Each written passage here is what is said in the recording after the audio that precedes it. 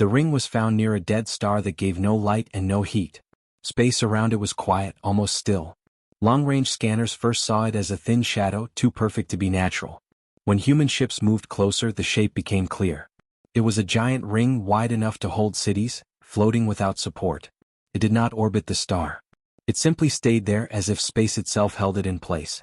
The discovery shocked every science group on Earth. No known species had built something so large. The ring did not shine or send signals. It did not attack or defend itself. It waited. A station was built at a safe distance. Small ships moved around the ring, mapping its surface. The material was smooth and dark, like polished stone mixed with metal.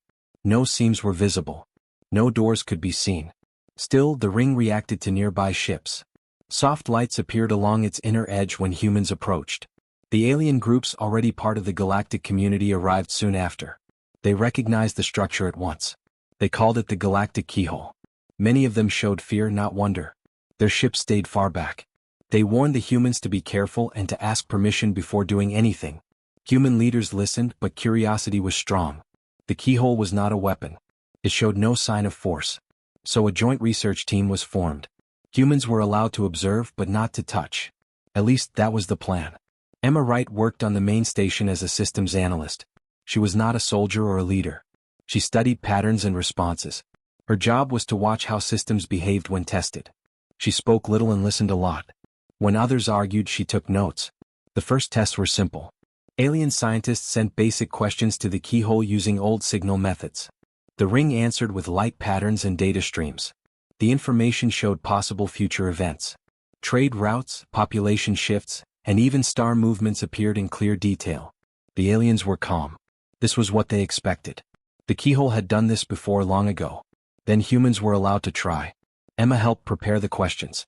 Human teams asked about supply needs, travel safety, and long-term survival.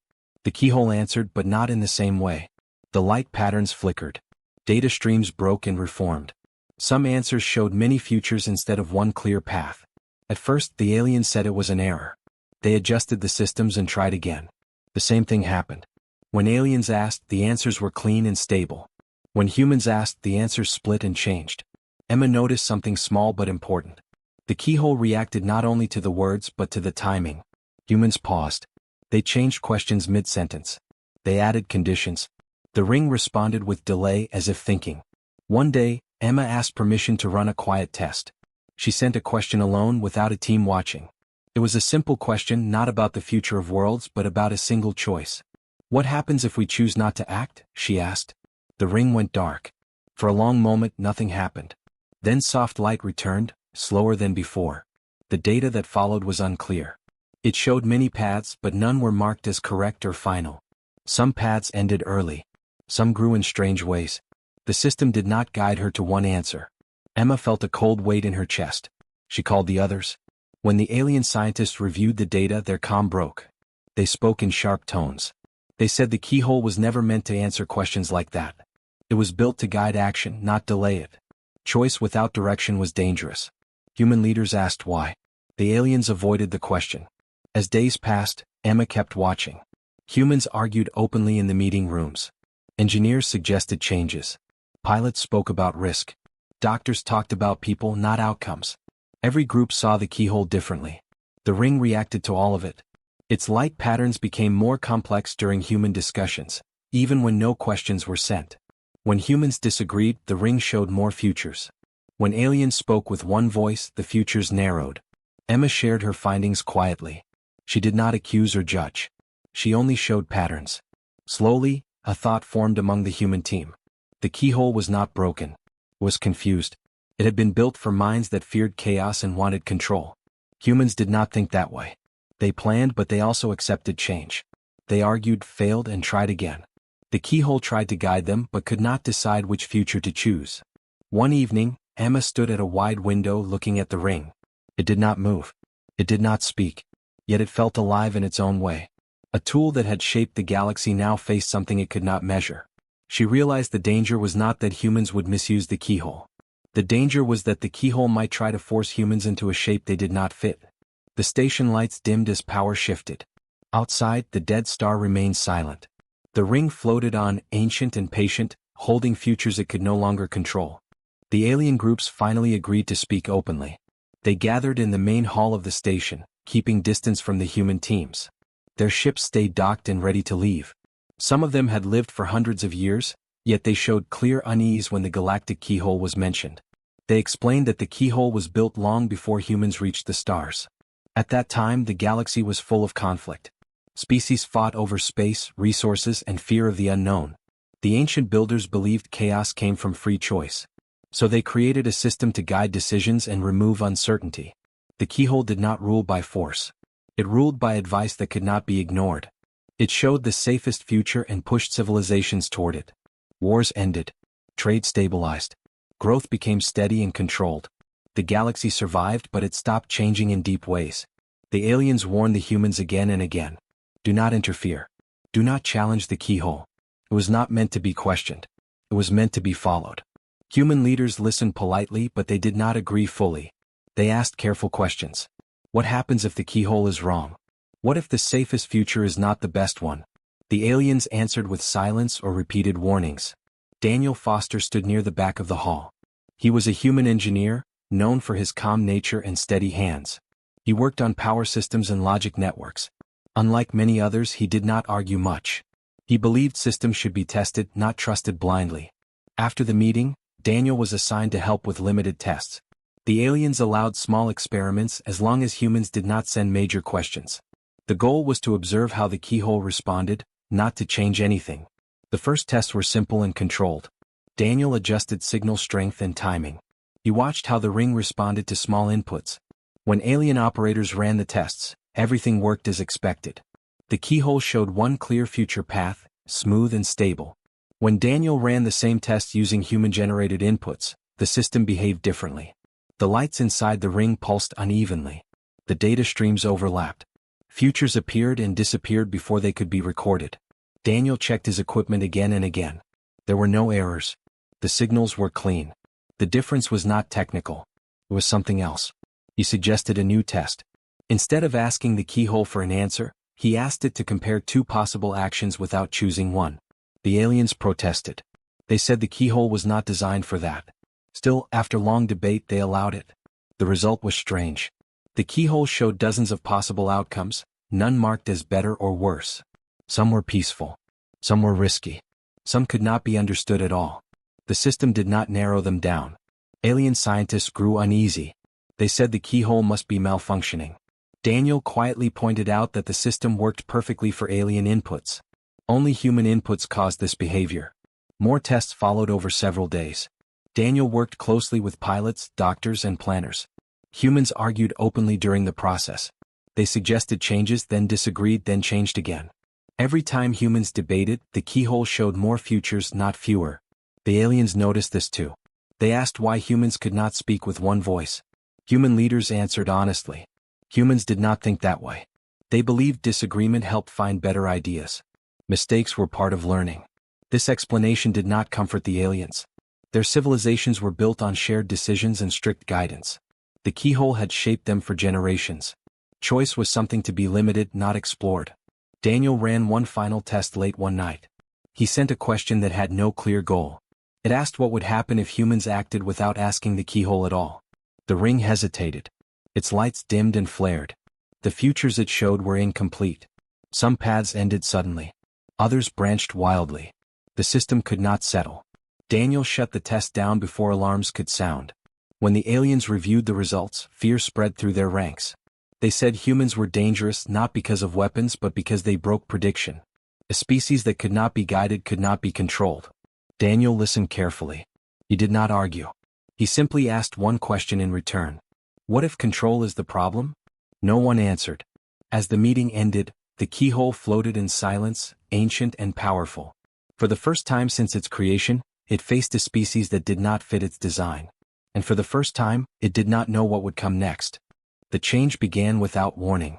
One quiet cycle, the galactic keyhole shifted its light pattern in a way no one had seen before.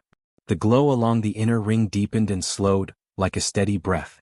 Then symbols appeared, older than any language the station computers knew. Alarms did not sound. Instead, access panels across the station opened on their own. Data that had been sealed since the first scans began to flow. Ancient records locked deep inside the keyhole were unlocking. The alien scientists froze when they saw the symbols. Some stepped back from their consoles. Others spoke in low, shaken voices. These records were not part of normal use. They were never meant to be opened again. Humans gathered quickly. Among them was Lucy Adams, a historian who studied lost civilizations and first contact events. She was not a technician, but she understood how stories and records shaped cultures. Where engineers saw data, she saw meaning. The records did not show images at first. They showed logs. Simple statements written by the builders themselves. Long ago, the builders had ruled much of the galaxy. They were not cruel, but they were afraid. Their records spoke of endless conflict, not from war but from choice. Too many paths. Too many beliefs. Too many leaders pulling in different directions. They believed danger could be faced. Asteroids could be moved. Stars could be avoided. Enemies could be fought. But choice, they said, could not be predicted. Lucy read quietly as translation systems improved. The builders had watched their own people argue, divide, and fail. Each failure led to more control. Each loss pushed them to limit freedom a little more. Then they built the keyhole. The records explained its purpose clearly. It was not made to explore the future. It was made to narrow it.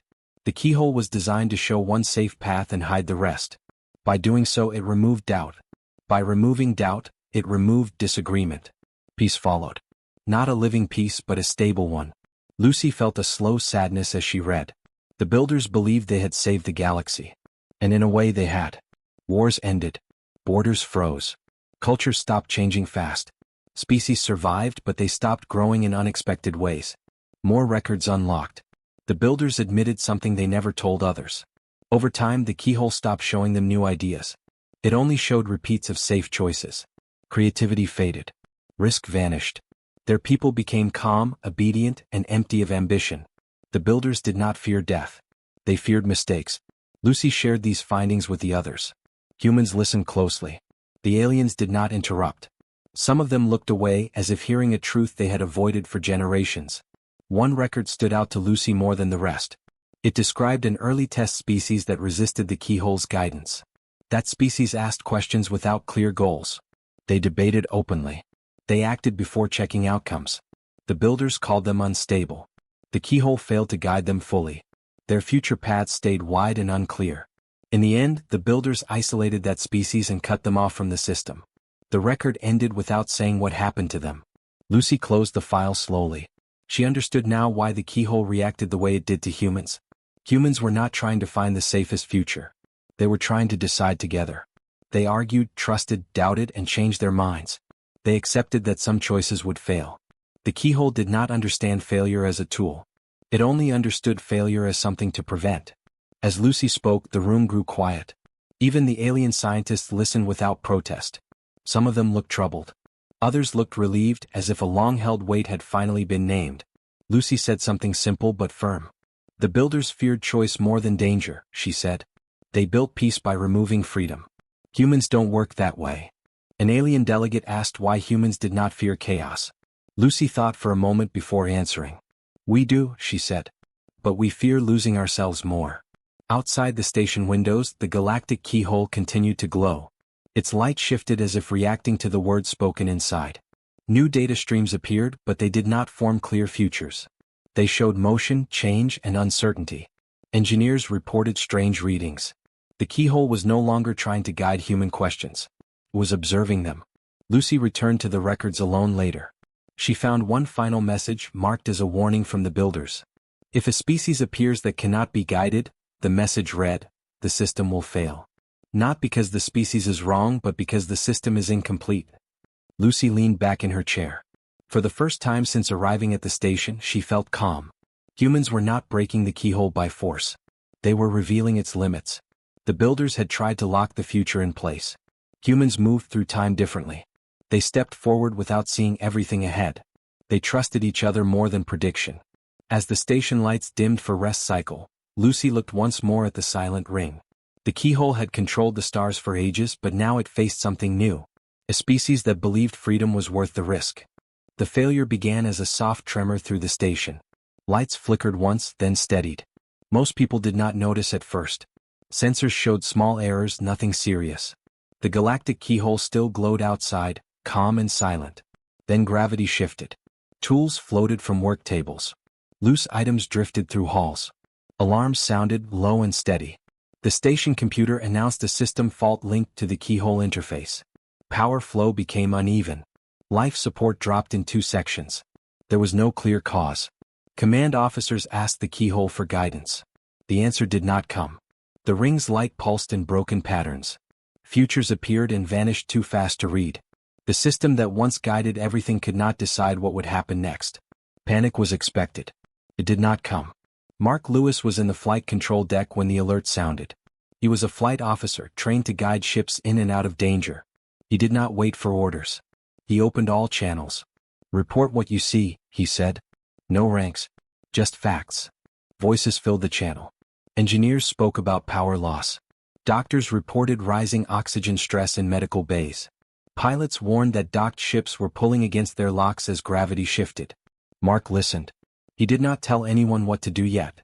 The command council tried to issue a full evacuation order. The station computer delayed it. Too many systems were unstable. A single order could cause more harm than help. Mark made a different choice. "Small teams," he said. "Fix what's near you. Share ideas. Change plans if needed." Some officers hesitated. This was not standard procedure. But there was no time to debate. People acted. Engineers rerouted power by hand. When one path failed, they tried another. They spoke openly over the channel, sharing mistakes as quickly as success. Doctors moved patients into safer zones without waiting for permission. Pilots adjusted docking clamps one by one, using manual controls. The station shook again. A section near the outer ring lost pressure. Emergency doors slammed shut. 2 crew members were trapped. Mark heard their voices. Fear was clear, but they were alive. He did not ask the keyhole what would happen. He looked at maps and listened to engineers nearby. He changed the plan twice in minutes. A small shuttle was launched at an angle no guide system would recommend. It worked. The trapped crew were pulled free seconds before the section collapsed. Across the station, similar moments played out. No single person was in control. Plans changed as new problems appeared. People trusted each other to act and adjust. The aliens watched in shock. Their systems were built around clear commands and fixed responses. They waited for the keyhole to settle and show the correct future. It did not. The ring's light became erratic. It tried to predict human actions and failed again and again. The keyhole showed one future where humans evacuated early. That did not happen. It showed another where command froze. That did not happen either. Every human action branched into new paths too fast to follow. Inside the keyhole, ancient processes strained. Prediction loops collapsed. The system had never faced this kind of behavior. Humans did not follow one plan long enough to be guided. They changed based on trust and shared information. Mark moved from station to station as power allowed. He spoke calmly even when things went wrong. When one engine restart failed, he thanked the team and asked what they learned. That lesson saved another section minutes later. A doctor suggested venting one corridor to save pressure elsewhere. An engineer warned of risks. Mark listened to both and asked for alternatives. A third idea came from a junior pilot. It worked. Hours passed. The station was damaged, but it held. Finally, the keyhole went still. Its light dimmed to a steady glow. No futures appeared. No guidance followed. For the first time since its creation, the system stopped trying to predict. Silence spread through the station. Repairs continued, slower now. Breathing steadied. People sat where they stood, exhausted but alive. Alien delegates gathered again, shaken. They reviewed the data from the keyhole. Every model had failed. The system could not understand what humans had done. They asked Mark how he knew which plan to follow. Mark answered honestly. "I didn't," he said. "None of us did. We just listened and adjusted." The aliens did not understand how that could work. Lucy Adams reviewed the keyhole logs later. She saw the moment prediction failed. The system had tried to force a single path onto a species that refused to move that way. The keyhole was built to control outcomes. Humans survived by letting outcomes change. As the station lights returned to normal, Mark stood by a window and looked at the ancient ring. It floated quietly, no longer guiding, no longer deciding. It had faced danger before. It had never faced choice like this. And it had lost. The meetings lasted many days. Not because humans could not decide, but because they wanted to decide together. The galactic keyhole remained silent during this time. Its light was steady, calm, and unreadable. It no longer showed futures. It only existed. Alien leaders argued among themselves. Some wanted the keyhole reactivated and repaired. Others wanted it destroyed. Fear moved through their words. Without the keyhole, their civilizations would face uncertainty they had avoided for ages. Humans listened. Emma Wright sat near the back of the council chamber. She did not speak often, but she watched faces and patterns. She remembered the failure, the chaos, and the way people had survived by trusting each other. She also remembered the ancient records Lucy had shared. The keyhole had kept peace, but at a cost. When humans finally spoke as a group, their message was simple. They would seal the galactic keyhole. Not destroy it. Not claim it. Seal it. The alien leaders were stunned. They asked why humans would give up such power. The keyhole could guide trade, prevent war, and protect entire worlds. Emma stood and answered quietly. Because no system should decide the future for everyone, she said. Not even a powerful one. She explained that humans did not hate the keyhole. They respected it. It had saved lives and shaped the galaxy.